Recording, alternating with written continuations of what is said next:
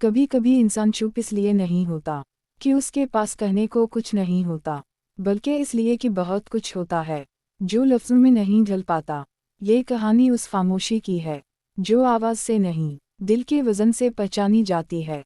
हर सुबह आँख खुलते ही फ़ोन देखा जाता है, पैगामात होते हैं, इत्तिलात भी आती हैं, मगर कहीं ये सवाल नहीं होता क्या तुम ठीक हो। चेहरे पर मुस्कुराहट सजी होती है, मगर दिल कहीं और भटक रहा होता है। हंसना आदत बन जाता है, महसूस करना मुश्किल। दिन लोगों के दरमियान गुजरता है और रात खुद के साथ। रात वो वक्त होती है जब खामोशी सब कुछ कह देती है। कभी डायरी खलती है, कभी बस छत को घोरा जाता है।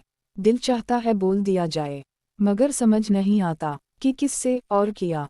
यही होती है गहरी चुप, वो चुप जो आंसुओं के बगैर भी दर्द रखती है, वो चुप जो शोर से नहीं टूटती। फिर एक दिन इस खामोशी से भागने के बजाय उसे समझने की कोशिश की जाती है। खली हवा में चंद लम्हे बैठकर ये एहसास होता है कि जिंदगी रुकती नहीं, बस हम थोड़ी देर ठहर जाते हैं। और शायद ये ठहरना गलत नहीं। उस दिन पहली बार ये बात समझ आती है कि हर खामोशी कमज़ोरी नहीं होती। कुछ खामोशियाँ इंसान को मजबूत बनाती हैं।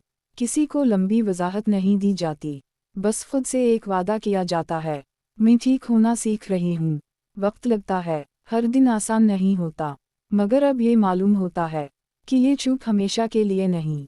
क्योंकि गहरी चुप का मतलब ख़त्म होना नहीं होता, बल्कि खुद को समझने की शुरुआत होती है।